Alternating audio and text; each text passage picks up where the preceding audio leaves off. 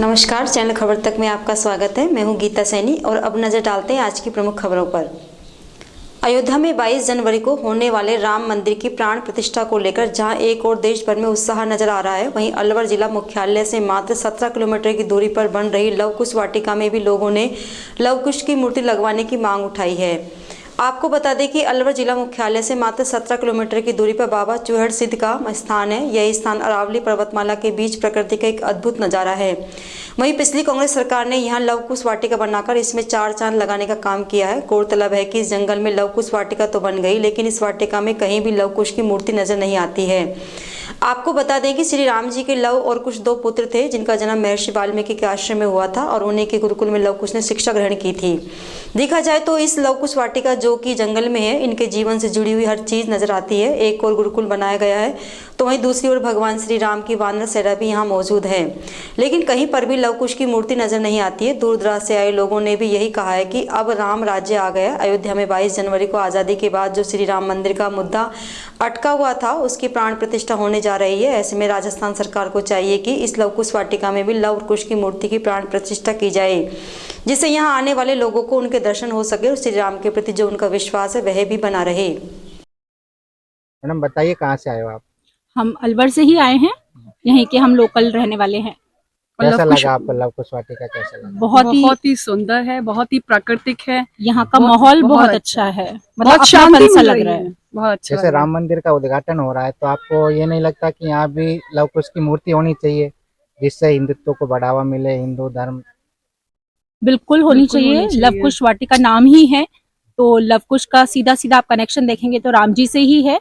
तो अगर अयोध्या में राम मंदिर जहाँ श्री राम है तो है ही, तो डेफिनेटली यहाँ पे होना चाहिए उनका मूर्ति स्थापित। और राम नाम ही सच्चा है, वही सब कुछ है।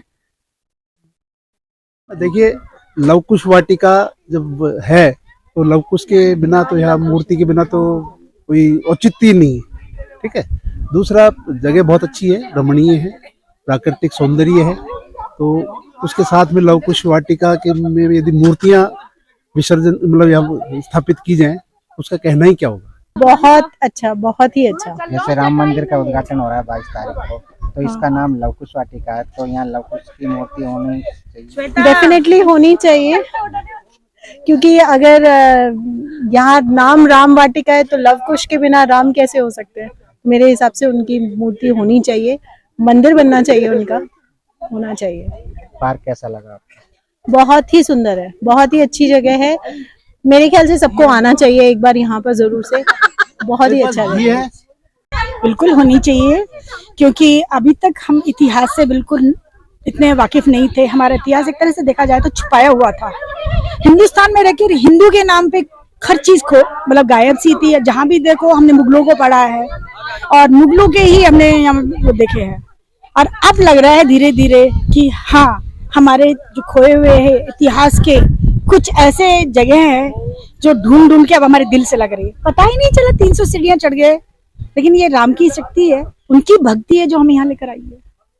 लव कुश की मूर्ति को लेकर आप होना चाहिए, लव कुश की मूर्ति होनी चाहिए और अवश्य होनी चाहिए। और इसमें अगर हमारा किसी भी तरीके का हेल्प चाहिएगी तो हम लोग मिल करके हेल्प भी करेंगे। कैसा लगा आपको ये? बहुत अच्छा लगा, और मैं तो सोचती हूँ कि जितने भी पर्यटक आए परिवार के साथ आए, देखें और इस रमणीक स्थान का आनंद भी लें, और साथ में जो हमारे आध्यात्मिक चीज है उससे भी जुड़े। अलवर ग्रामीण विधायक एवं पूर्व कैबिनेट मंत्री टीकाराम जूली को पार्टी आलाकमान ने नेता प्रतिपक्ष नियुक्त किया है। अलवर की राजनीति के इतिहास के मिथक को तोड़कर विधानसभा पहुंचे जूली के समर्थकों में इसे लेकर खुशी की लहर है। इस मौके पर जूली समर्थकों ने मोती डोंगरी स्थित कार्यालय पर आतिशबाजी कर मिठाई बांटी। जूली ने नेता प्रतिपक्ष बनने के बाद कांग्रेस हाईकमान और पूर्व केंद्रीय मंत्री जितेंद्र सिंह का आभार जताया है। फायर ब्रांड प्रभावी, कुशल वक्ता एवं हाजिर जवाब जूली को सत्ता और संगठन दोनों का लंबा अनुभव है।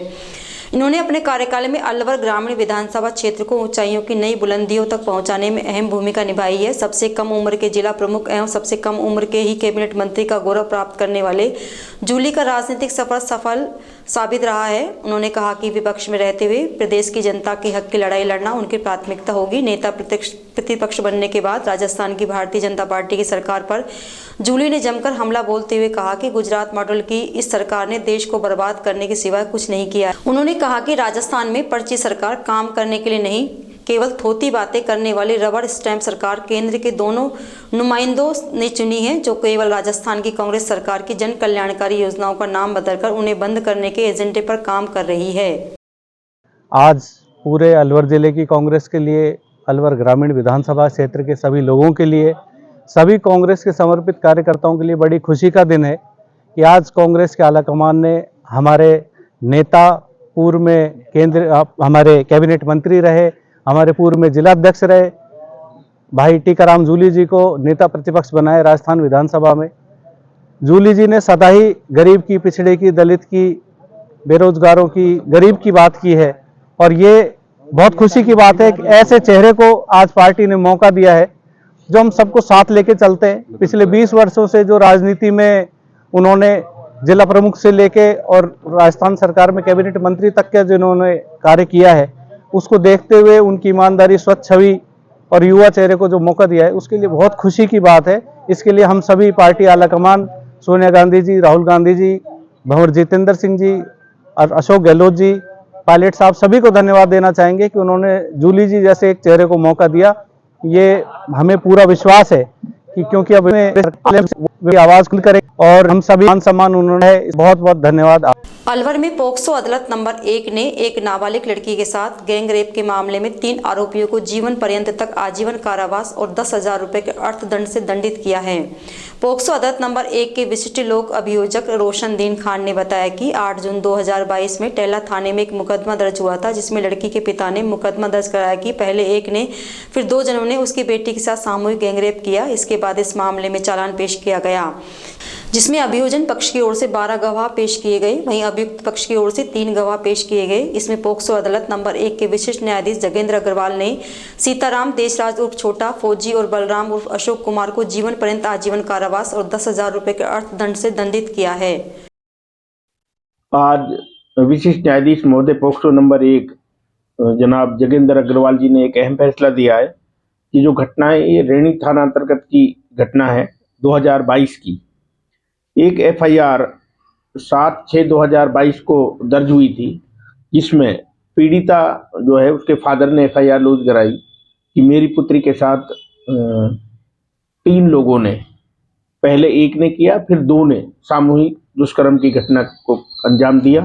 उसके बाद में चालान आया और चालान आने के बाद में प्रोसिक्यूशन साइड से कुल 12 गवाहों को परीक्षित कराया गया और 3 अभियुक्त की ओर से जो गवाह हैं उनको परीक्षित कराया और दोनों पक्षों की दलील सुनने के बाद मुलजिम सीताराम देशराज उर्फ छोटा फौजी और बलराम उर्फ बल्लिया उर्फ अशोक कुमार को विशिष्ट न्यायाधीश महोदय ने आजीवन कारावास शेष जीवन पर्यंत की सजा और 10,000 रुपए के जुर्माने से दंडित किया है।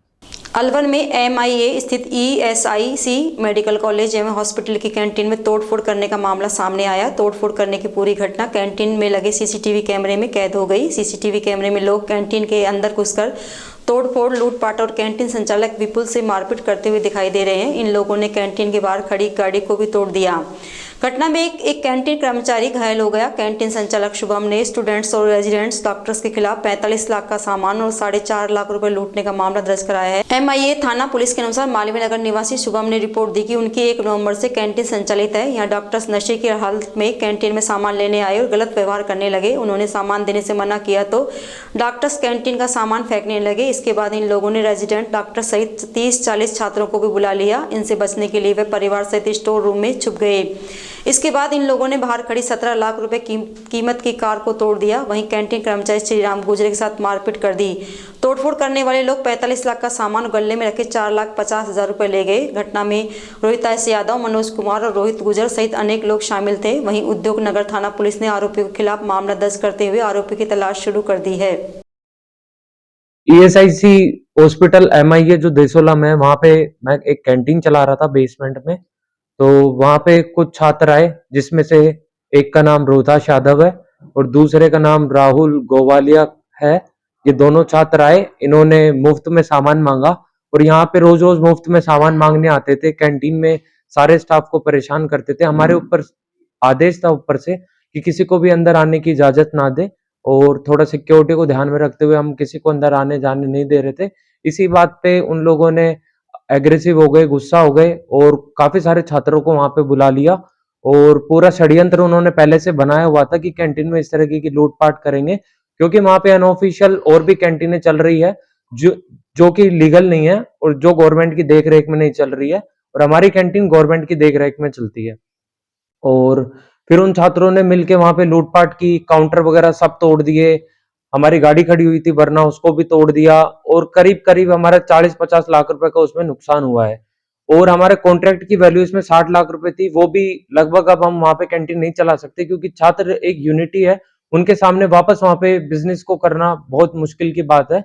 और आपने पुलिस को सूचना दी थी? और हमने पुलिस को सूचना दी थी। इन लोगों ने रात में हमें बंदी बना के रखा है, घेर के रखा है, पूरी रात हमें निकलने नहीं दिया वहां से। स्टाफ को अलग अलग जगह ले जाके मारा है, पूरी रात अलग अलग ऐसी जगह ले जाया गया है स्टाफ को जहाँ पे कैमरे नहीं लगे हुए थे। कुछ छात्रों ने कैमरे के सामने भी मारा है और डंडे ले लेके रात भर वो घूम रहे थे, उनके पास में हथियार भी थे पीछे की तरफ।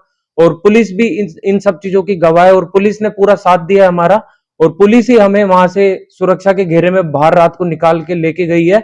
और पुलिस के जैसे निकालने के बाद में इन लोगों ने षड्यंत्र बनाया हुआ था कि पुलिस के जाने के बाद हम वहां पे लूटपाट करेंगे, तो उन्होंने लूटपाट को अंजाम दिया, पूरी वहां पे लूटपाट करी और एक एक सामान चम्मच से लेके वो बड़े बड़े बर्तन, भगोने, बोरे, 40-40, 50-50 किलो के बोरे, आलू के कट्टे, चीनी के बोरे और रॉ मटेरियल पूरा और चॉकलेट्स वगैरह के पैकेट, बड़े बड़े कार्टन, वो सारे बेधड़क निकाल के वहां से ले गए हैं।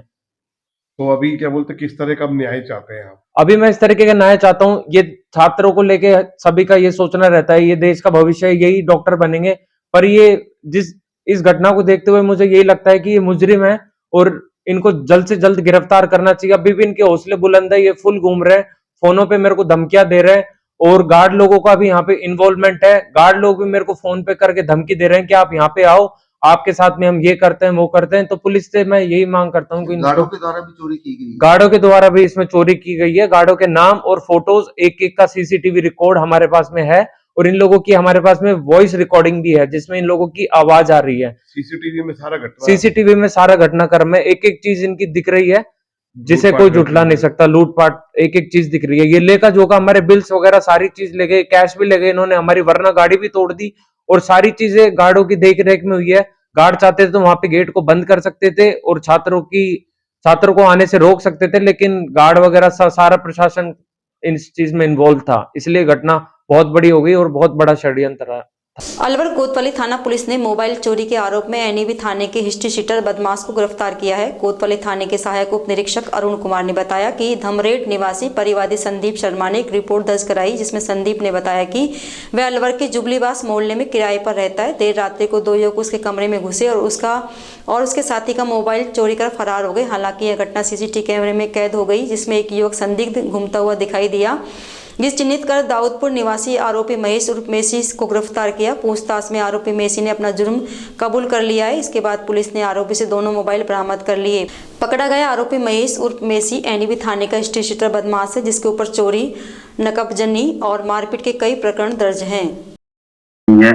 अदालत पीडीएम साहब से एक इस्तीगा प्राप्त हुआ था, जिसपे परिवादी संदीप शर्मा निवासी धमरेड़, जो कि यहाँ पर किराए पर रहकर पढ़ाई कर रहा था जुबलीबास में, तो उसके द्वारा एफआईआर में ये लिखा गया कि मैं और मेरा साथी मूलचंद शर्मा दोनों जुबलीबास मकान नंबर 17 श्री राम शर्मा के मकान में किराए पर रह रहे थे।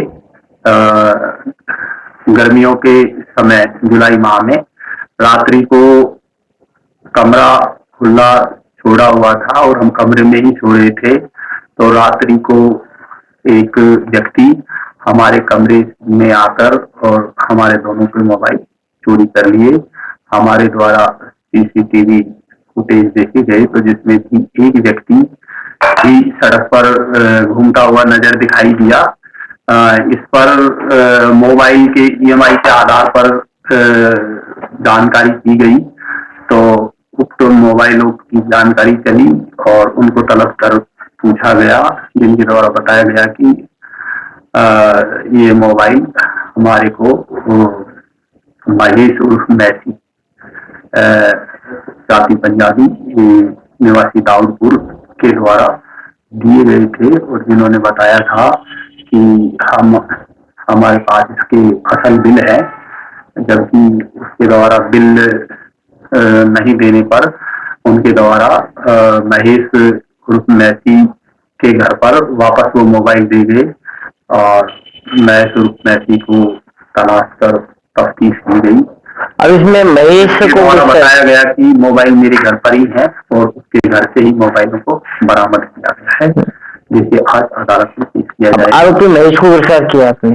आरोपी महेश को गिरफ्तार किया गया है। महेश के कब्जे से ही दोनों मोबाइल, एक पोको कंपनी का और एक रेडमी कंपनी, दोनों को। अलवर में अखिल भारतीय विद्यार्थी परिषद के बैनर तले शिक्षा एवं ABST विषय के शोधार्थियों ने बुधवार को मत्स्य विश्वविद्यालय में हवन यज्ञ किया। शोधार्थी प्रतिभा कुमारी ने बताया कि उन्होंने मंगलवार को यूनिवर्सिटी में प्रदर्शन किया था। इसके बाद अब यूनिवर्सिटी प्रशासन को सद्बुद्धि आए, इसके लिए उनके द्वारा यहां हवन यज्ञ किया जा रहा है।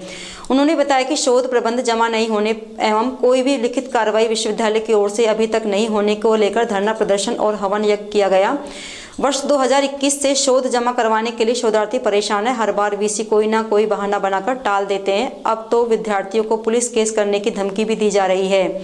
इससे परेशान होकर शोधार्थी धरने पर बैठ गए थे। धरने पर बैठे शोधार्थियों की मांगे सुनने या समाधान निकालने के बजाय VC ने शोधार्थियों को फ्रॉड तक कह दिया। हमारा एडमिशन हुआ था 2018 में by the all university laws. हमने एडमिशन यहाँ पे लिया, जैसा जैसा यूनिवर्सिटी ने निकाला, यूनिवर्सिटी ने हमें गाइड दिए, उनके अंडर में हमने थीसिस कंप्लीट कर ली। कंप्लीट करने के बाद 2021 में हमने जमा करा दिया हमारे शोध केंद्रों पर, और यहाँ पर लेटर भी जमा करा दिया कि हमारी थीसिस पूरी हो गई है। 2021 से लेकर अब तक यूनिवर्सिटी ने, अब 2024 आ गया है, ना तो हमारी प्री PhD वाइवा कराया है, ना ही सबमिशन का कोई नोटिस निकाला है। अब जाके जब भी आते हैं यहाँ पे तो वर्बली हमें कह देते हैं कि आपके गाइड गलत हैं, जिनके अंडर से हमारी PhD ऑलरेडी कंप्लीट हो चुकी है। अब वो गलत है या सही है, इस बात का तो मुद्दा हमारे विषय का नहीं है। एक VC बदलता है, वो दूसरे पे आरोप लगाता है, दूसरा VC बदलता है, वो पहले पे आरोप लगाता है। ये इनका चल रहा है। पहले भी यादव साहब आए, उन्होंने भी काम नहीं किया। अब ये पांडे जी आए हैं, हम इनसे भी 3 बार मीटिंग कर चुके हैं, और ये भी कह रहे हैं कि हर बार आते हैं तो कहते हैं आप सरकारी यूनिवर्सिटी में क्यों आए। अब कल हमें कहने लगे एजुकेशन वाले तो फ्रॉड हैं। अगर बच्चे फ्रॉड हैं तो उनका एडमिशन कैसे हुआ, और अगर एडमिशन यूनिवर्सिटी ने लिया तो फिर ये यूनिवर्सिटी की गलती है, इसमें बच्चों की गलती नहीं है। शोधार्थियों का भविष्य जानबूझ के इन्होंने अटकाया हुआ है, जबकि हमारा सारा काम हो चुका है। ये हमारी PhD करना नहीं चाह रहे हैं, मन स्थिति इनकी सही नहीं है, और जब जब इनसे मिलने आते हैं इनकी भाषा भी अच्छी नहीं होती है। आज आपने हवन यज्ञ किया जी, इसीलिए किया है ताकि इन्हें थोड़ी सद्बुद्धि मिले, इन्हें हमसे बात करने की थोड़ी समझ आए, और हमारी परेशानियों को समझे कि हमारे कैरियर ऑप्शंस खत्म हो रहे हैं। PhD के 30 मार्क्स हो चुके हैं UGC का 2018 का जो रेगुलेशन, उसके अकॉर्डिंग हम में से जितने भी लोग फॉर्म भरते हैं उनके पास केवल 70 नंबर रह जाते हैं अपनी एकेडमिक क्वालिफिकेशन के, क्योंकि 30 नंबर हमारे पास PhD के नहीं है। बहुत सारे लोग हैं जो उनकी गवर्नमेंट जॉब इस वजह से अटकी हुई है, कईयों की छूट गई है, लेकिन हमें यहाँ से PhD नहीं मिली है। धरना तब तक चलेगा? ये धरना तब तक चलेगा जब तक ये हमें कोई भी लिखित नोटिस नहीं देते हैं या हमारा काम शुरू नहीं करते। कोटपुतली बहरोड के कारोड़ा गांव में एक बोरियों के गोदाम में अज्ञात लोगों द्वारा आग लगाने का मामला सामने आया है। जानकारी के अनुसार कारोड़ा गांव में पप्पू राम यादव पुत्र बलबीर सिंह यादव के बोरियों के गोदाम में रात्रि को अज्ञात व्यक्ति ने आग लगा दी। इस आगजनी में उसका 2 लाख का बोरियों का वारदाना और मकान आग लगने से गिर गया, जिससे उसे 3 लाख रुपए से अधिक का नुकसान हो गया। इसके बाद पीड़ित पप्पू राम यादव ने थाने में अज्ञात व्यक्ति के खिलाफ रिपोर्ट दर्ज कराई है। राज्य सरकार द्वारा चलाए गए अवैध खनन अभियान के खिलाफ पहले दिन बानसूर पुलिस ने बड़ी कार्रवाई करते हुए 4 ट्रैक्टर ट्रॉली सहित 4 आरोपियों को गिरफ्तार किया है। बता दें कि राज्य सरकार द्वारा एक दिन पूर्व जिला स्तरीय बैठक बुलवाकर जिला कलेक्टर तथा पुलिस अधीक्षक के नेतृत्व में सभी थाना अधिकारियों और उपखंड स्तरीय अधिकारियों को आवश्यक दिशा निर्देश दिए गए थे। इस बैठक के दौरान अधिकारियों को कहा गया कि अवैध खनन करने वालों के खिलाफ सख्त अभियान चलाया जाए। इसके तहत कार्रवाई करते हुए बानसूर पुलिस थाना अधिकारी हेमराज सिंह ने अवैध खनन कर पत्थरों से भरी ट्रैक्टर ट्रॉली ले जाते पाए गए 4 ट्रैक्टर ट्रॉली को जब्त किया। इसके साथ ही 4 आरोपियों को गिरफ्तार किया गया है। थाना अधिकारी ने बताया कि विभाग द्वारा यह कार्रवाई आगे भी लगातार जारी रहेगी। राज्य सरकार के द्वारा दिनांक 15 जनवरी से लेकर 31 जनवरी तक अवैध खनन करने वालों के विरुद्ध एक अभियान चलाया गया है। इस अभियान की कड़ी में कल दिनांक 15 जनवरी को हमने बड़े स्तर पर कार्रवाई करते हुए 4 ट्रैक्टरों को जब्त किया है, जिनमें लगभग 70 टन से अधिक अवैध खनन सामग्री भरी हुई थी और वो बिना वैध कागजात के परिवहन कर रहे थे।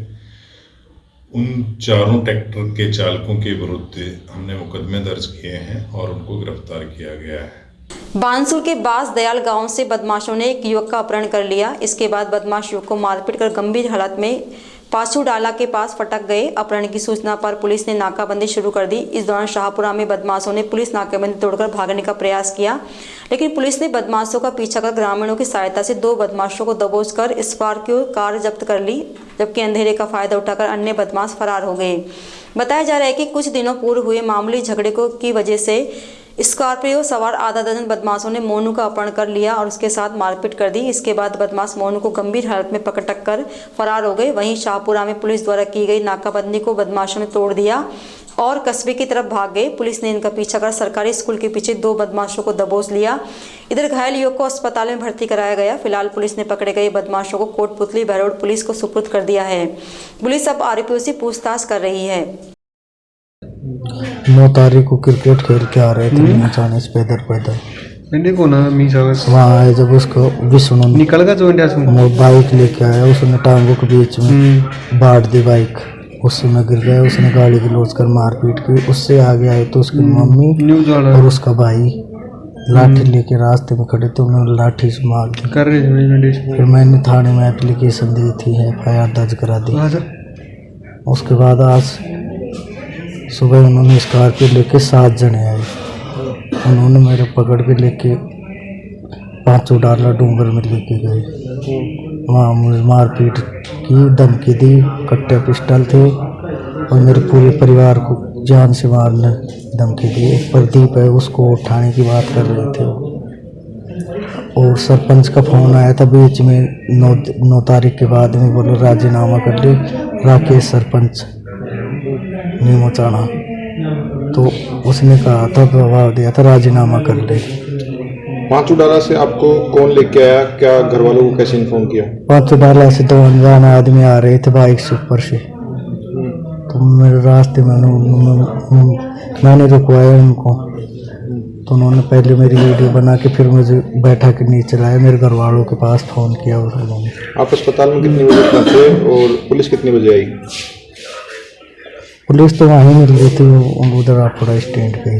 राजस्थान के मुख्यमंत्री ने 15 दिवसीय अभियान के तहत खनन कारोबार पर रोक लगा दी है। वहीं दूसरी तरफ NGT विभाग ने भी लोडिंग वाहनों पर रोक लगा दी है। इसके बावजूद भी राजनीतिक रसूख के चलते और स्थानीय प्रशासन की मिलीभगत से अवैध खनन ओवरलोडिंग का कारोबार जारी है। रामगढ़ क्षेत्र में भूमाफियों के हौसले इतने बुलंद हो चुके हैं कि सरकार के आदेशों के धज्जे उड़ाने में बिल्कुल नहीं चूक रहे हैं, क्योंकि यहाँ खनन माफियाओं के सिर पर राजनेताओं का हाथ है। वहीं प्रशासन से मिलीभगत कर अवैध खनन का कारोबार धड़ल्ले से चल रहे हैं। इसी तरह का दृश्य मानकी जोन से अवैध पत्थरों से डंपरों का नजारा देखने को मिला। यहाँ खनन विभाग भी कार्रवाई करने के नाम पर चुप्पी साधे बैठा है, क्योंकि स्थानीय पुलिस थाना और खनन विभाग की मिलीभगत से अवैध खनन का कारोबार धड़ल्ले से चल रहा है। इतना ही नहीं, पुलिस की चेक पोस्ट पर अवैध खनन से भरे डंपर चालक बेखौफ होकर निकल जाते हैं। इस संबंध में तहसीलदार धीरेन्द्र करदम्ब से वार्तालाप की तो उनका कहना था कि अवैध खनन के खिलाफ खनन क्षेत्र का निरीक्षण किया था। मौके पर सभी प्लांट बंद पाए गए। यदि रात्रि में ये प्लांट चलते हैं तो इनके खिलाफ कानूनी कार्रवाई की जाएगी। तो कलेक्टर साहब के आदेश अनुसार तहसीलदार की अध्यक्षता में एक कमेटी बनाई हुई है, जिसमें माइनिंग विभाग से, पुलिस विभाग से, राजस्व विभाग से, मोटर व्हीकल विभाग से टीम बनाई गई। इसमें आज मैंने और CI साहब ने जॉइंट एक निरीक्षण किया गया था मांदला खुर्द और पूटी में और ललावंडी में, जहाँ पर हमने पाया कि जो खनन कार्य किया जा रहा है, उस खनन कार्य के दौरान जो उनको लीज मिली हुई है, उस लीज की बाउंड्री के अंदर ही वो खनन कार्य कर रहे हैं या नहीं कर रहे हैं। इसमें हमने पाया कि मांदला खुर्द और पूटी की बॉर्डर पर जो अरुण भारद्वाज द्वारा लीज ली गई थी, उसमें उन्होंने जो लीज कार्य किया जा रहा है वो उसकी बाउंड्री से बाहर किया जा रहा है, जिसके अंदर खनन प्रक्रिया में खनन, निर्गमन, भंडारण, स्टॉक, ये सारी चीज़ें शामिल हैं। जिसमें हमने देखा खनन के साथ साथ जो स्टॉक और जो उन्होंने भंडारण कर रखा है अपना, उस बाउंड्री से बाहर कर रखा है। तो प्रथम दृष्टि हमारी नज़र में वो अवैध है, जिसके लिए हमने माननीय विभाग को इन्फॉर्म कर दिया है। माननीय विभाग ने भी अपना निरीक्षण कर लिया है। अब कंबाइंड जाके जो भी कार्रवाई होगी माननीय विभाग की तरफ से, हम वहाँ उपस्थित होकर कार्रवाई करवाएंगे। अभी तो इतना ही है, बाकी जो लीज वाले हैं वो भी अपनी कोई बात रखना चाहते हैं इस दौरान, तो आकर हमारे ऑफिस में अपनी बात रख सकते हैं। ये रात्रि में जो अवैध खनन के डंपर निकलते हैं, तो कहीं ना कहीं खनन तो हो रहा है, तो रात्रि में क्यों कार्रवाई नहीं की जाती? रात्रि में जो भी खनन प्रक्रिया में हमें जब भी जैसी सूचना मिली है, हमारे द्वारा पुलिस विभाग को सूचित कर दिया जाता है, माननीय विभाग को सूचित कर दिया जाता है, वो कार्रवाई की गई है, लेकिन अभी फिलहाल में तो ऐसा कोई ऐसा प्रकरण सुनने में आया नहीं है। अगर ऐसा कोई आता है इस दौरान तो हम तुरंत हमारी टीम को एक्टिव करके इस कार्रवाई को अंजाम देंगे। एक माह पूर्व तसई गांव में विधवा महिला बीना गुप्ता घर में हुई लाखों रुपए चोरी के मामले को लेकर सैकड़ों ग्रामीण सरपंच मुकेश सिंह चौहान के साथ अलवर जिला कलेक्टर और एडिशनल एसपी से मिले। इस दौरान इनके द्वारा अधिकारियों को ज्ञापन सौंपा गया। ज्ञापन में लूटे गए सामान की शीघ्र बरामदगी और प्रमुख आरोपियों की गिरफ्तारी की मांग की गई है। ज्ञापन में पीड़िता बीना ने बताया कि मुख्य आरोपी राहुल पुत्र रतिराम को कठुमर पुलिस ने गिरफ्तार कर लिया, जबकि उससे सामान की बरामदगी नहीं की गई। बीना गुप्ता ने ज्ञापन में बताया कि राहुल, सौरभ, राजपूत, महेंद्रपाल, रतिराम, संजय सिंह, अभय सिंह उर्फ भोला और इनके रिश्तेदारों के पास लूट का सामान मौजूद है। इस मामले में इकरन निवासी अनिल सिंह, शिवा और नितिन भी इस मामले में शामिल है। इन सभी को गिरफ्तारी कर शेष माल को बरामद किया जाए। अधीक्षक मुख्यालय उनसे मिले और हम सब ने, ग्रामवासियों ने, वह प्रार्थिया बीना गुप्ता ने और बीना गुप्ता के परिवार ने और सभी ग्रामवासियों ने और मैंने मिलकर सबने मांग रखी कि कठुमर थाना पुलिस या में ढिलाई बरत रही है। 2 मुलजिम वैसे गिरफ्तार कर चुके हैं, लेकिन हमने मांग रखी कि सभी जो भी बदमाश गिरोह के मुखिया हैं उनको और वह जितनी भी यहाँ में मुकदमा नंबर 485/2023 में जो भी लिप्त है उनको किसी भी कीमत पर बख्शा नहीं जाए। यह हमने माननीय जिला कलेक्टर महोदय और अतिरिक्त पुलिस अधीक्षक महोदय मुख्यालय उनसे मांग रखी है। और मैं यही कहना चाहूँगा, पुलिस प्रशासन इसमें कड़ाई से काम करे और सख्ती से सख्त इनको कड़ी सजा दिलवाई जाए और पूरा माल, नकदी, जेवरात, सोने चांदी के ये पूरे बरामद किए जाएं। राज्यपाल कलराज मिश्र गुरुवार को मेहंदीपुर बालाजी का दौरा करेंगे। इस दौरान राज्यपाल बालाजी महाराज के दर्शन कर पूजा करेंगे। साथ ही राज्यपाल बालाजी मंदिर से अयोध्या जाने वाले 3 लाख लड्डू की प्रसादी, 2000 कंबल, 1 लाख रामनामी दुपट्टे को झंडी दिखाकर रवाना करेंगे। इसी लेकर बालाजी मंदिर ट्रस्ट ने राज्यपाल के आगमन पर स्वागत की विशेष तैयारी की है। यहाँ बालाजी मंदिर और बाजारों को 21 और 22 जनवरी को रामोत्सव को लेकर होने वाले कार्यक्रम के लिए दुल्हन की तरह भव्य रूप से सजाया जा रहा है। इस दौरान गुरुवार को राज्यपाल के दौरे को लेकर दौसा कलेक्टर ने बालाजी मंदिर और बाजार की व्यवस्थाओं का जायजा लिया। जिला कलेक्टर ने मंदिर पहुंचकर बालाजी महाराज के दर्शन किए। इस दौरान जिला कलेक्टर ने बालाजी महंत डॉक्टर नरेशपुरी महाराज से शिष्टाचार भेंट की। साथ ही महंत के साथ कलेक्टर ने मंदिर की व्यवस्थाएं देखी। इस मौके पर महंत ने कलेक्टर का दुपट्टा पहनाकर स्वागत करते हुए उन्हें प्रसादी भेंट की। बड़ौदा में कस्बे में गुरु गोविंद सिंह जयंती के अवसर पर पोषपड़ा महोत्सव का आयोजन किया गया। कार्यक्रम से जुड़े मनोज कुमार ने बताया कि गुरु गोविंद सिंह जयंती के अवसर पर समस्त ग्रामवासी और व्यापारियों द्वारा अलवर भरतपुर रोड स्थित मनोज मशीनरी स्टोर के पास पोषपड़ा महोत्सव का आयोजन किया गया। इस मौके पर सर्वप्रथम गणेश जी और ठाकुर जी को भोग लगाकर प्रसाद वितरण किया गया। इस दौरान मार्ग से गुजरने वाले हजारों भक्तगणों ने प्रसाद ग्रहण किया। इस अवसर पर रोहित गर्ग, सुरेश खंडेलवाल, बल्लू शर्मा, दिगंबर चौधरी, सुनील मनुजा, पंकज चौधरी, मनोज अग्रवाल, मुकेश अग्रवाल, रामवीर चौधरी, जुगल जांगीड़, पूर्ण साहू सहित दर्जनों कस्बे वासियों सहित व्यापारी मौजूद रहे। अलवर भरतपुर रोड बड़ौदा में पर आज सभी व्यापारियों की द्वारा पोषपड़ा का आयोजन किया गया है, जिसमें सभी नागरिक बढ़ चढ़कर हिस्सा ले रहे हैं और आयोजन सफल हो रहा है। और आज 17 तारीख हमने गुरु नानक जयंती के उपलक्ष्य में ये प्रोग्राम रखा है। बीजेपी महिला मोर्चा की प्रदेश स्तरीय बैठक में करौली महिला मोर्चा की जिला अध्यक्ष लज्जा रानी अग्रवाल के नेतृत्व में करौली से भाजपा कार्यकर्ता जयपुर रवाना हुए। इस मौके पर जिला अध्यक्ष लज्जा रानी अग्रवाल ने बताया कि प्रदेश अध्यक्ष रक्षा भंडारी के निर्देश पर करौली से जयपुर के लिए कार्यकर्ताओं के साथ रवाना हुए हैं। यह बैठक भाजपा प्रदेश कार्यालय में आयोजित की गई। इस दौरान जिला अध्यक्ष लज्जा रानी, जिला महामंत्री ममता शास्त्री, स्वयं सहायता समूह की संयोजक मिथिलेश गौतम, स्वयं सहायता समूह की सह संयोजक अनीता गोस्वामी और मनोज तिवारी सहित खेड़ा और हिंडौन सिटी से बीजेपी कार्यकर्ता शामिल हुए।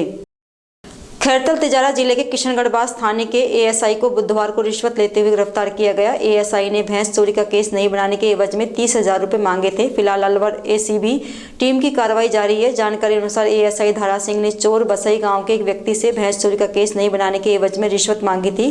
परिवादी की शिकायत का सत्यापन करने एसीबी की टीम थाने पहुंची। रिश्वत के 30,000 रुपये लेते ही टीम ने एएसआई और दलाल लल्लू खां को गिरफ्तार कर लिया है। एएसआई ने रिश्वत की रकम लेकर जैकेट में रख ली थी, वहीं दलाल ने रिश्वत के 5,000 रुपये लिए थे।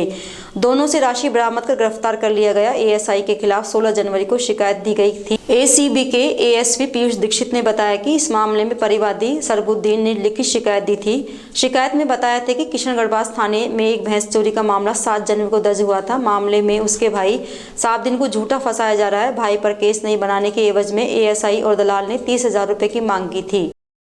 परिवादी है सरपुद्दीन खान, उन्होंने हमें लिखित शिकायत दी थी कि किशनगढ़ थाने के ऊपर मुकदमा संख्या 12/24 भैंस चोरी का दर्ज हुआ है अज्ञात चोरों के खिलाफ। उसमें परिवादी सरपुद्दीन खान के भाई साबुद्दीन को झूठा फंसाने से बचाने के लिए यहाँ पर जो आईओ है एएसआई धारा सिंह, वो इनसे रिश्वत की मांग कर रहे थे।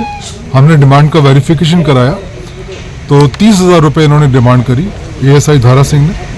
हमने उस वेरिफिकेशन के आधार पे आज ट्रैप प्रोसीडिंग्स को अंजाम दिया है यहाँ किशनगढ़बास थाने के ऊपर, जिसमें इनके जो एएसआई के दलाल हैं लल्लू खान, उन्होंने 5,000 रुपये और 25,000 रुपये एएसआई धारा सिंह ने लिए। अलग अलग दोनों की जेबों से इसकी रिकवरी की गई ट्रैप राशि की, और अब आगे की कार्रवाई की जा रही है। रंगे हाथ तो परसों। और मुकदमा कब दर्ज हुआ था चोरी का? मुकदमा ये दिनांक 7 तारीख का दर्ज है। 17 तारीख 17 जनवरी। डिमांड 30 की थी, फिर 50 की थी। 7 तारीख है सर, ये 7 जनवरी का दर्ज है। सर इनके साथ कोई दलाल भी है? हाँ, उसका हमने गिरफ्तारी, उसको भी हमने 5,000 रुपये लेते हुए पकड़ा है। तो 30,000 में से 5,000 रुपये दलाल की जेब से बरामद हुए, 25,000 रुपये एएसआई की जैकेट की जेब से बरामद हुए। जी जी। एएसआई धारा सिंह जी कहाँ के रहने वाले हैं? ये डीग के रहने वाले हैं, डीग इलाके के। अलवर में थानागाजी के हिसलाघाटा गांव में पुरानी रंजिश के चलते करीब आधा दर्जन लोगों ने एक व्यक्ति पर जानलेवा हमला कर दिया। हमले में घायल सुरेश मीणा के सिर सहित शरीर के कई अंग बुरी तरह जख्मी हो गए, जिसे थानागाजी अस्पताल में भर्ती कराया। गंभीर हालात के चलते सुरेश को अलवर के जिला अस्पताल में रेफर कर दिया गया। परिजनों से मिली जानकारी के अनुसार सुरेश मीणा का अपने ताऊ मानसिंह मीणा के साथ पुराना विवाद चल रहा था, जिसे लेकर सुरेश द्वारा पुलिस में शिकायत दी गई, लेकिन पुलिस ने इस मामले में कोई ध्यान नहीं दिया। जिसके बाद सुरेश ने कोर्ट के जरिए मामला दर्ज कराया, जिससे ताऊ मानसिंह, संजू, हबला, भवानी आक्रोशित हो गए। जब सुरेश बाइक से खेत की तरफ जा रहा था तो उस पर लाठी डंडों से जानलेवा हमला कर खेत के पास पटक गए। परिजनों ने बताया कि हमलावरों द्वारा पूर्व में कई बार सोशल मीडिया और फोन के जरिए धमकी दी गई। वो खेत पे जा रहे थे और कुछ लोगों ने आके उनके पीछे से हमला किया, उनके सर को मार दी, उनके हाथ पैरों में भी बहुत गंभीर चोटें आई है बुरी तरह। उनकी बाइक को भी तोड़ दिया, उनका फोन भी ले गए वो लोग। ये हमलावर कौन है? ये मेरे जो जेठ लगते हैं ना, उनके लड़के हैं, जेठ भी हैं, खुद भी हैं। किस बात को लेके हमला किया? कोई पुरानी इनकी जो आपस में कोई है रंजिश है। वैसे सर मैंने लव मैरिज भी की हुई है, इस वजह से भी मैं भी जाती हूँ तो वो मुझे भी गाली गलौज करते हैं, झगड़ा करते हैं मेरे साथ भी। पूर्व में क्या हुआ था? आप बता रहे थे आपके पिता के साथ मारपीट की गई, क्या मामला? पहले इनके पिताजी जा रहे थे ऐसे ही खेत पे कोई चारा वारा लेने के लिए जा रहे थे, तो उनको 4-5 जने मिलके, ये जो लड़का है भवानी मीणा का जो लड़का है, उसने उनको पकड़ा और उनको बुरी तरह मारा। 2-4 लड़कों ने मिलके, उनके भी खून आ गए थे सारे, नाक पे अच्छे से मारा उनके। मुकदमा दर्ज कराया इसी लेके? मुकदमा दर्ज करवाया था सर, लेकिन उन्होंने कोई एक्शन नहीं लिया। पहले तो दर्ज ही नहीं किया था, फिर हमने कोर्ट के थ्रू दर्ज करवाया तो उन्होंने कोई एक्शन नहीं लिया। आज किन किन लोगों ने मारपीट की है? आज थे बहुत सारे लोग थे, उनके रिलेटिव भी थे और वो लोग भी थे। क्या नाम है उनका? और संजू मीणा है, एक हबला मीणा करके, एक हनुमान है, एक भवानी मीणा करके। रैनी सहित आसपास के क्षेत्रों में हार्ड कप कपाने वाली सर्दी पड़ रही है। यहाँ बुधवार शाम को क्षेत्र में कोहरा छाने और शीतलहर चलने से गलन का असर बढ़ गया। रैनी क्षेत्र सहित ग्रामीण इलाकों में सुबह से ही कोहरा छाया हुआ था। दोपहर में अधिकांश समय बादल छाए रहे। क्षेत्र का न्यूनतम तापमान 4 डिग्री के आसपास रहा, जो सामान्य से 3 डिग्री कम था। उत्तर भारत के पर्वतीय इलाकों से आ रही ठंडी हवाओं के कारण जिले सहित ग्रामीण क्षेत्रों में शीतलहर चलती रही। इससे पहले क्षेत्र में सुबह 10 बजे कोहरा छाने के बाद धूप निकल आई, लेकिन दोपहर करीब 2 बजे बादल छाने से धूप की तेजी गायब हो गई। इससे किसानों की सरसों की फसल में नुकसान होने की संभावना बताई जा रही है। रैणी उपखंड क्षेत्र के गढ़ी सवाईराम कस्बे की जय माता दी सेवा समिति के तत्वाधान में दुर्गा माता मंदिर पर विधि विधान से पूजा अर्चना की गई। इस दौरान महिलाओं ने सिर पर मंगल कलश रखकर बैंड बाजे के साथ नाचते गाते कलश यात्रा निकाली। यह कलश यात्रा मुख्य बाजार होते हुए गंगा माता मंदिर तक निकाली गई। कलश यात्रा में 5 देवियों की जीवंत झांकी सजाई गई। इस कलश यात्रा को मुख्य बाजारों में अनेक जगह पुष्प वर्षा कर स्वागत किया गया। इस मौके पर भोली जैन और राधा कृष्ण यादव मुख्य यजमान रहे। वहीं पंडित जनार्दन शर्मा ने विधि विधान से हवन पूजन करवाया। इस दौरान दुर्गा माता मंदिर के महंत बजरंग शर्मा, हनुमान मंदिर के महंत मोहनलाल शर्मा, मंगतूराम खंडेलवाल, बबली लखेरा, राजेंद्र जैन, कमलेश सोनी, मुरारी जैमन, जतिन गोयल, धोनी जैन सहित काफी संख्या में महिला पुरुष मौजूद रहे। चैनल खबर तक संवाददाता को यह जानकारी राजेश राठौड़ द्वारा दी गई। रामगढ़ कस्बे के भादरपुर रोड स्थित दीपदास महाराज के विशाल भंडारे का आयोजन किया गया। इस भंडारे में हजारों श्रद्धालुओं ने मंदिर पहुंचकर मालपुआ का प्रसाद ग्रहण किया। यह भंडारे का आयोजन सभी समाज के लोगों के सहयोग से किया गया। गौरतलब है कि यह भंडारा बाबा बिहारी दास जी महाराज की 50वीं पुण्यतिथि के अवसर पर किया गया। इस दौरान दूर दराज से भी लोग यहां पहुंचे और भंडारे में प्रसादी ग्रहण की। इस क्षेत्र का यह सबसे विशाल भंडारा माना जाता है। ये यहाँ स्थल पे हर साल एक भंडारा होता है बाबा का, बिहारी दास जी महाराज का। तो यहाँ पे क्या है कि पूरे गांव का सहयोग और पूरे बस्ती का सहयोग से भंडारा होता है। इसमें क्या है कि लोग बाग दूर दराज से प्रसाद पाने के लिए आते हैं। और यहाँ पे कल रामायण प्रोग्राम था और आज रात का प्रोग्राम रहेगा बाबा के यहाँ पे। पूरी रात का वो प्रोग्राम चलाएगा जिसमें हम बाहर से कलाकारों को यहाँ बुला रहे हैं। कितने लोगों की यहाँ पर प्रसाद ग्रहण कर लेते हैं? अब यहाँ तो कोई 1000, 2000, 2500 की सीमा नहीं है भंडारे की, कोई सीमा नहीं होती। शाम तक चलेगा 3 बजे तक, 11 बजे शुरू कर दिया हमने प्रोग्राम। जब पब्लिक आती है जब तो भंडारा चलता रहेगा, शाम तक चलेगा। रात में संत लोग आते हैं यहाँ पे, उनको पूरा प्रसाद विदा। क्या मानता है इस मंदिर की? इसमें हमारे बिहारी दास जी महाराज है, दीपदास जी महाराज है, बिहारी दास जी, दीपदास जी महाराज, कैलाश दास जी महाराज, इनके प्राचीन मंदिर है। समाधि ली थी उन लोगों ने? समाधि ली थी, इन पे समाधि लगी हुई थी बाबाओं की, उनके द्वारा ये सारा, उनके प्रताप से सारा ये चल रहा है। अयोध्या में 22 जनवरी को होने वाले रामलला के प्राण प्रतिष्ठा महोत्सव को लेकर भाजपा द्वारा सफाई अभियान शुरू किया गया। इसके तहत बुधवार को पंचायत समिति राजगढ़ के सकट क्षेत्र के श्री बांके बिहारी एनसी सीताराम मंदिर में भाजपा कार्यकर्ताओं ने श्रमदान कर साफ सफाई की। इस दौरान इनके द्वारा लोगों को स्वच्छता का संदेश भी दिया गया। इस मौके पर बांके बिहारी मंदिर के महंत देवदास महाराज, सीताराम मंदिर के पुजारी हरिओम लाटा, राजपुर धमरेड मंडल के उपाध्यक्ष रामकर्ण सैनी, बाबूलाल चौबे, हरिशंकर जैमर, जय किशन मीणा, रिकेश मीणा सहित अन्य लोग मौजूद थे। अलवर में राष्ट्रीय चालक एकता महामंच द्वारा 142 करोड़ जनता के खिलाफ काला कानून रद्द करने की मांग को लेकर रैली निकालते हुए अतिरिक्त जिला कलेक्टर को ज्ञापन सौंपा गया। ज्ञापनकर्ता खुर्शीद खान ने बताया कि यह कानून भारत की 142 करोड़ आबादी के हर दुपहिया वाहन चालक, कार चालक, बड़े भाई, छोटी बहन, बड़ी बहन और सभी प्रकार के वाहन चालकों पर लागू होता है। कोई नहीं जानता कि कब दुर्घटना हो जाए, लेकिन अगर ऐसे में बच्चा कॉलेज जाता है और गलती से उससे एक्सीडेंट हो जाए तो 10 साल की सजा होगी और 7 लाख जुर्माने भरने को तैयार है। यहाँ तक कि अगर वह वहाँ रहता है और अस्पताल ले जाया जाता है तो भी उसे दंडित किया जाएगा। भारत के लोग सोचते हैं कि ये केवल ड्राइवर समुदाय के लिए है, लेकिन यह कानून हर भारतीय पर लागू होता है। ऐसे में देश को नुकसान पहुंचाए बिना कानून का विरोध किया जा रहा है। हिट एंड रन का काला कानून वापस लिया जाए। और हमारी राष्ट्रीय चालक एकता महामंच एक all over India national trade union है, जो सुभाष चंद्र बोस के विचारों से को लेके चलते हुए हम हमारे जो हिट एंड रन भारत की 142 करोड़ आवाम के खिलाफ सरकार ने प्रस्ताव पारित किया है, इसको शांतिपूर्वक इसका विरोध करते हुए सरकार से निवेदन करते हुए कि इसको रद्द किया जाए। और हमारी मुख्य डिमांड है ड्राइवर आयोग, ड्राइवर वेलफेयर बोर्ड, 6 फरवरी ड्राइवर दिवस, इनको लेते हुए हिट एंड रन को लेके हम आज कलेक्टर ऑफिस में सरकार के लिए ज्ञापन सौंपने आए हैं। तो उसी के लिए हमारे कुछ साथी हमारे साथ में हैं।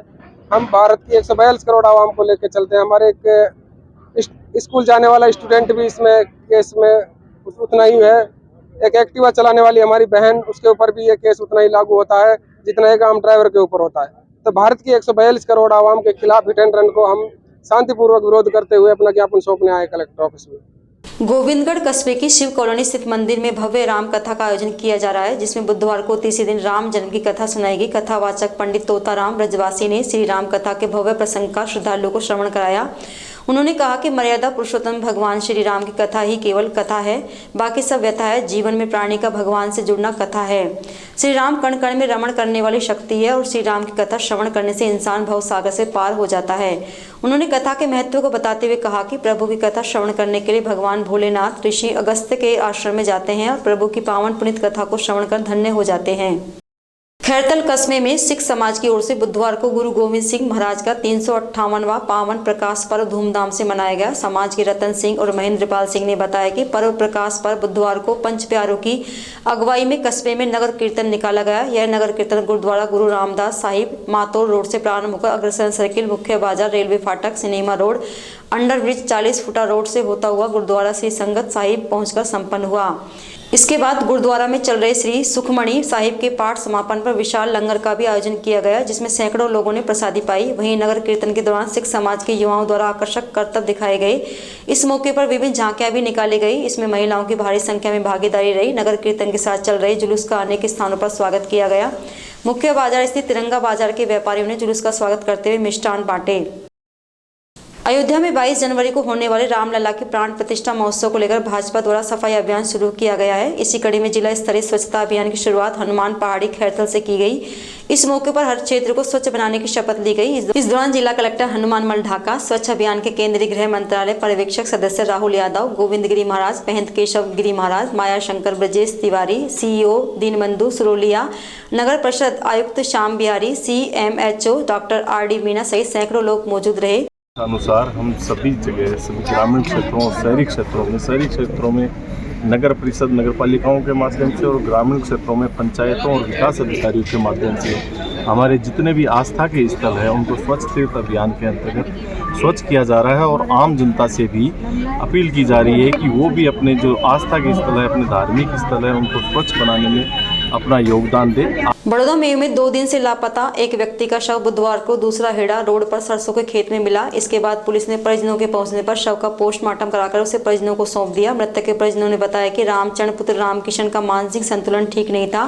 वह 15 जनवरी को सुबह करीब 11 बजे घर से निकला था। घर नहीं पहुंचने पर उसे काफी तलाश भी किया गया, जिसकी सूचना बुधवार सुबह पुलिस द्वारा बड़ौदा में जोहड़ वाले हनुमान मंदिर के पास दूसरा हेड़ा रोड पर एक सरसों के खेत में मृतक के रूप में मिली।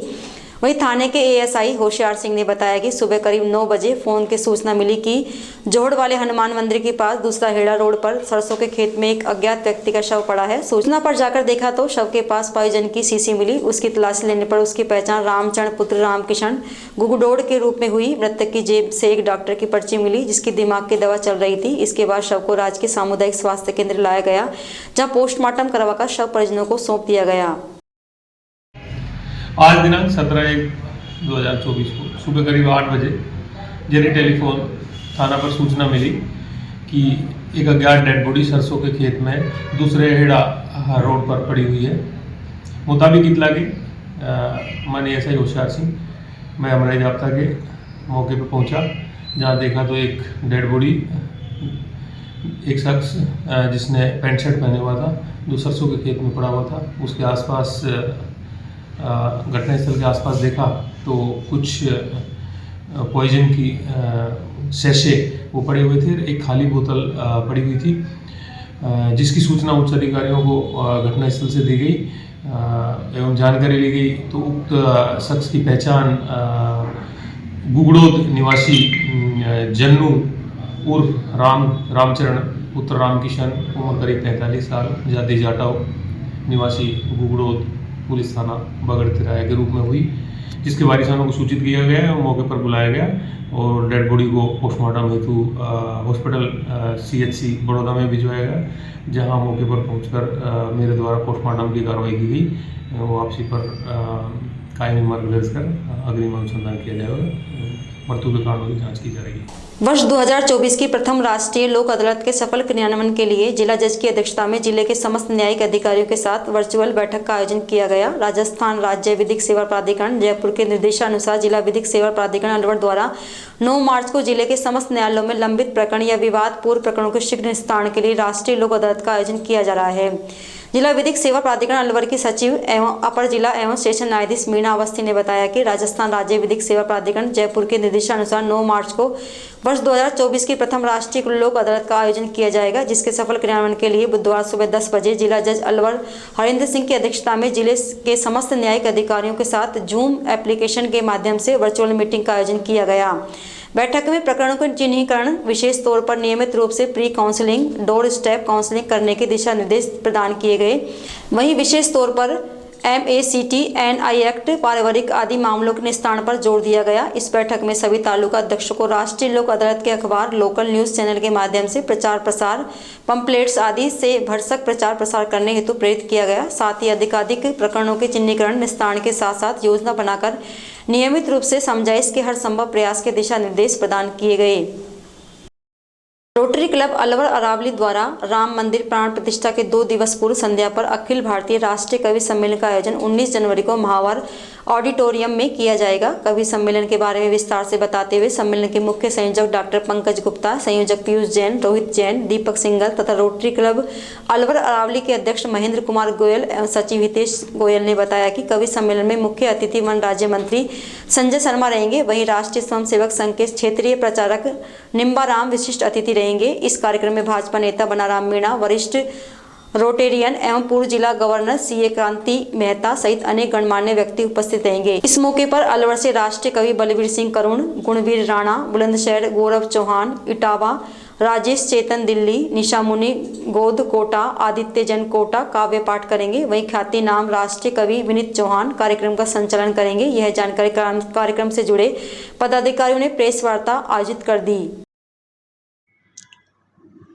Rotary club of Alwar Aravali द्वारा राम मंदिर प्राण प्रतिष्ठा के अवसर पर अखिल भारतीय राष्ट्रीय वंदना के रूप में कवि सम्मेलन का आयोजित किया जा रहा है महावर ऑडिटोरियम में, जिसके अंतर्गत आदरणीय निम्बाराम जी, श्री संजय शर्मा जी, श्री बनाराम मीणा जी, रोटेरियन श्री क्रांति मेहता जी, रोटेरियन श्री राजकुमार भुतोरिया जी, आप सब हमारे अतिथि हैं।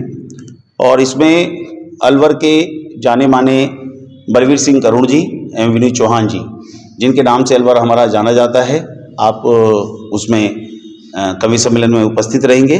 श्री गुणवीर राणा जी, श्री गौरव चौहान जी, श्री राजेश चेतन जी, श्री निशा मुनि गौड़ जी, श्री आदित्य जैन जी, आप सभी इसमें कवि वंदना करेंगे।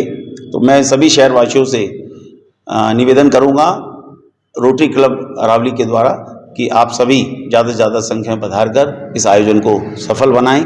बहुत बहुत धन्यवाद। आज समाचारों में इतना ही। दीजिए मुझे मेरी टीम को इजाजत। नमस्कार।